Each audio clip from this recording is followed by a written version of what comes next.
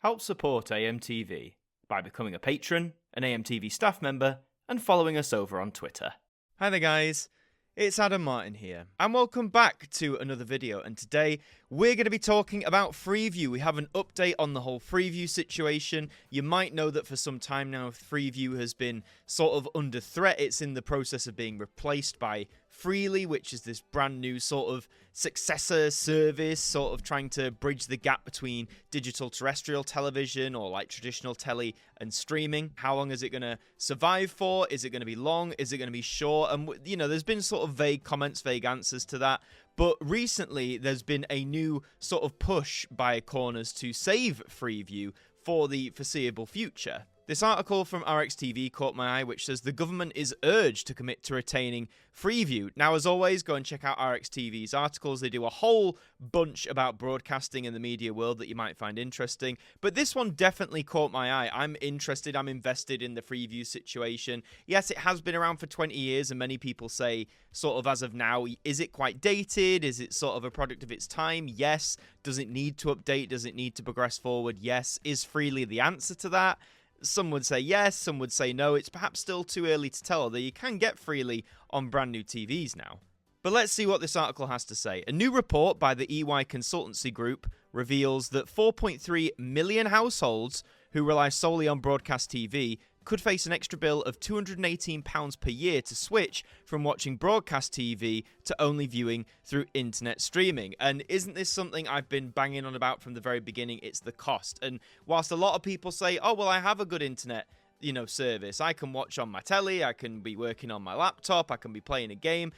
That's not accessible to everyone. And as our pockets are being squeezed more than ever recently in the last few years with the cost of living and all that sort of stuff, £218 is, in retrospect, a lot of money to go internet only for TV, something that's not arguably marketed as an essential. The report, which is titled Assessing the Risk of a Switch Over to IP-Only TV Distribution, that's a mouthful, sheds light on the potential consequences of getting rid of broadcast TV. It was published on behalf of Broadcast 2040+, a campaign group supported by 35 organisations who want to protect broadcast TV. Now, we've touched on these guys briefly before, and I think their remit is certainly a valiant one. And this whole thing of moving to IP-only TV distribution, I've mentioned in countless videos the various issues that, that plague it, and I'm sure some of them are going to come up in this article here, so I'll spare repeating myself.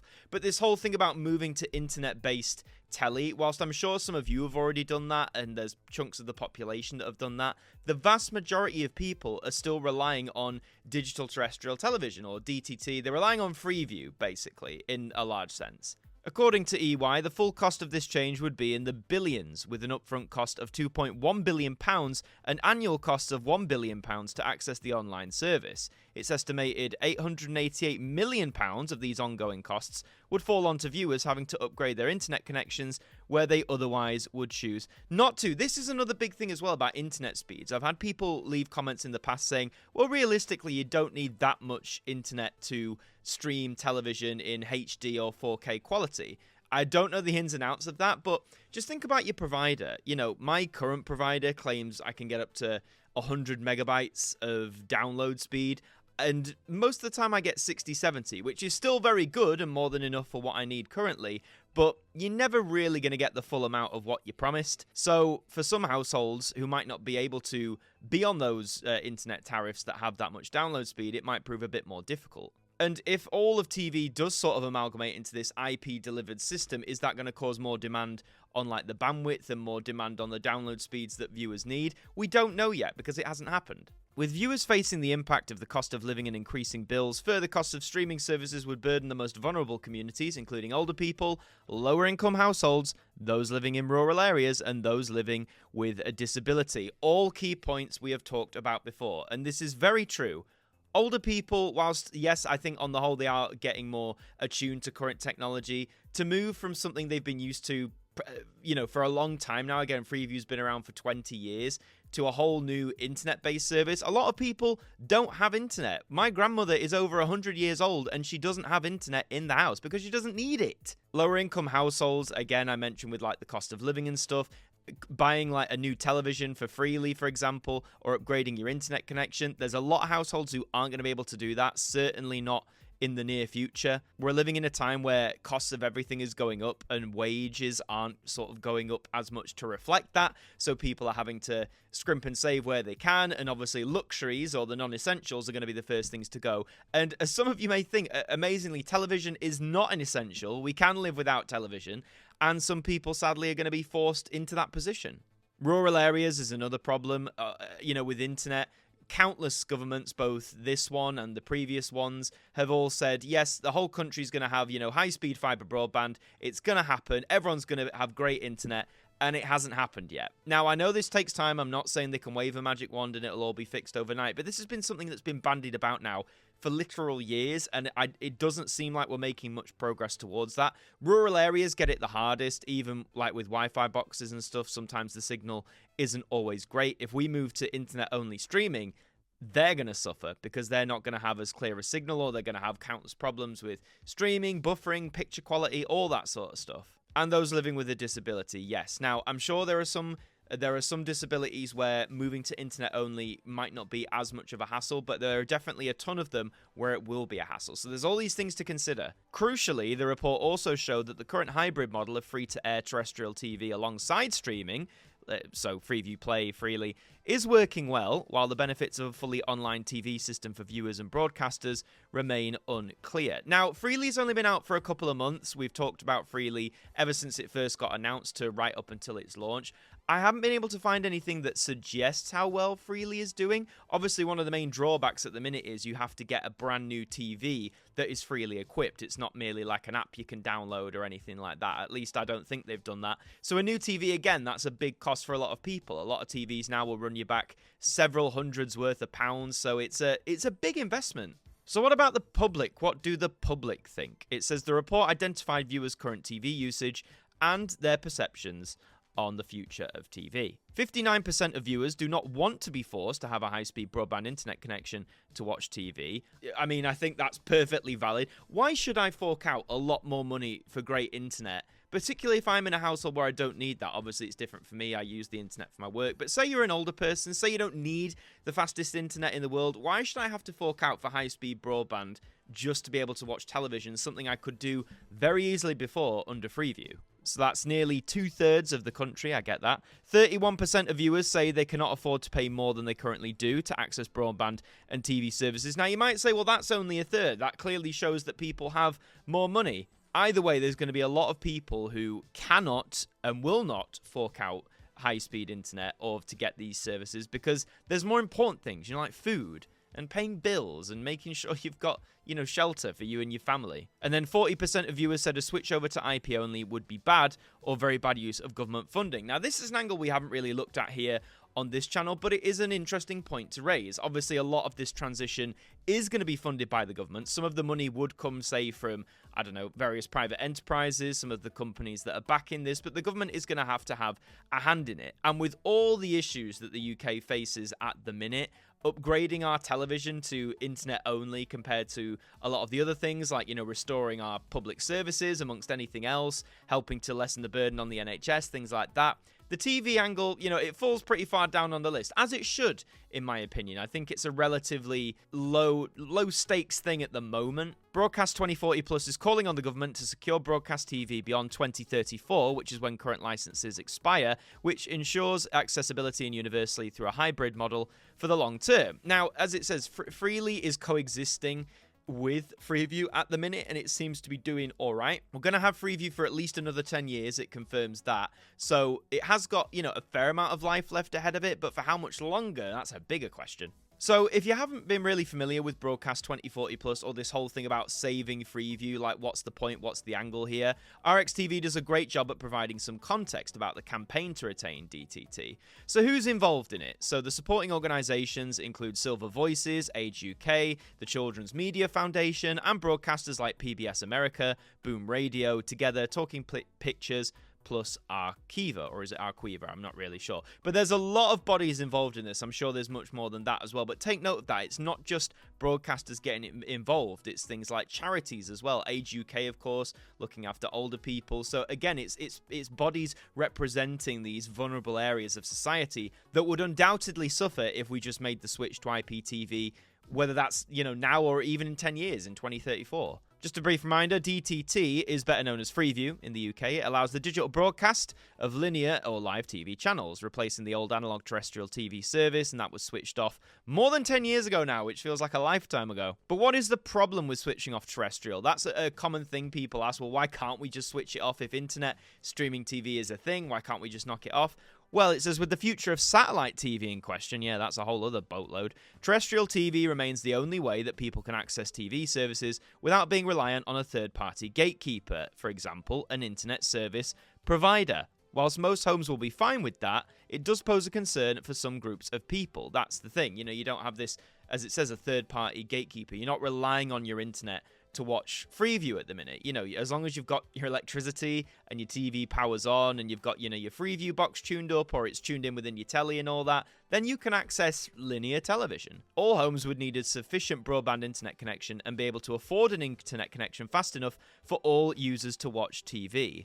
That is a problem if a user is in an unstable housing environment, for example, if they can't commit to a year or 2-year contract, or if they don't have enough money for a higher speed connection. So people with fixed incomes or pensioners, for example. And again, contracts is a good point as well with your internet service provider. You are often locked in on a contract. Sometimes you are just, you're on a rolling thing, but a lot of it now they lock you in. And say if there comes a time where you're made redundant, you can't pay that internet connection or you have to downgrade, then that could severely hamper your television viewing quality-wise or mean you have no television at all. Vulnerable users may even struggle to use internet-based TV services, although an effort is being made to make them as similar to current TV services as possible, for example, like Freely. Now, Freely, is it trying to take on the model of Freeview and what it looked like and what it felt like? You could argue to some extent, but I think that there is also the desire to make it feel a bit fresh and a bit new while still making it accessible for people. Supporting these users with social tariffs or means-tested users would cost extra money, as the recent winter fuel allowance decision has shown. Limiting support those eligible for benefits leaves a tier of users just above the threshold who don't have much money to pay for the extra cost. The survey commissioned by Broadcast 2040 Plus confirms spending government money in this way is not universally popular. And what happens if there's a wider problem with internet connectivity? Recent incidents in Glasgow and the Midlands highlight the issues already faced by residents when there's an outage. In the future, such incidents would result in users having limited or no access to news. Retaining at least a basic terrestrial TV service would provide a basic backup, and I do think that's a genuinely good idea. If your city or area has a mass internet outage for whatever reason, whether it's a cyber attack or it's just a problem with the system or a security update, as we saw a couple of months ago, having a backup system for TV could be vital because, yes, if you're on your phone, for example, you could, say, use your mobile data to access news, but again, for those who maybe don't use smartphones or aren't as savvy with smartphones and say there's a problem, they want to be able to turn on the telly and hear what's going on. If it's all IP based and the internet's down, then you ain't getting that. So even having a backup, say if it was just 1 or 2 channels that was, I don't know, say rolling basic news or something like that, something covering nationwide and also in your local area, but having this backup accessible via terrestrial TV means, or like Freeview wise, not having to have it connected to the internet, could be vital if there's ever like a nationwide or regional emergency. And it concludes with the bottom line. In the end, a halfway house that sees most terrestrial TV services close, leaving a core basic collection of the main public service channels, which showcase the best content from their streaming services, plus live news, sports and events appears to be the most likely outcome beyond 2035. But it appears public broadcasters will need to be forced or encouraged with public money to offer a basic service. None of the main public broadcasters supports Broadcast 2040, and that might come as a shock, but when you delve into it, it's really not. You've got the big ones. You've got the BBC, you've got ITV, Channel 4, Channel 5. They are our main public broadcasters in this country. What have they all backed and decided to create? Well, Freely, the new model, the streaming model. They want to move to streaming as fast as they can. Some companies have been as blatant as saying as much that they're pushing a digital-first agenda.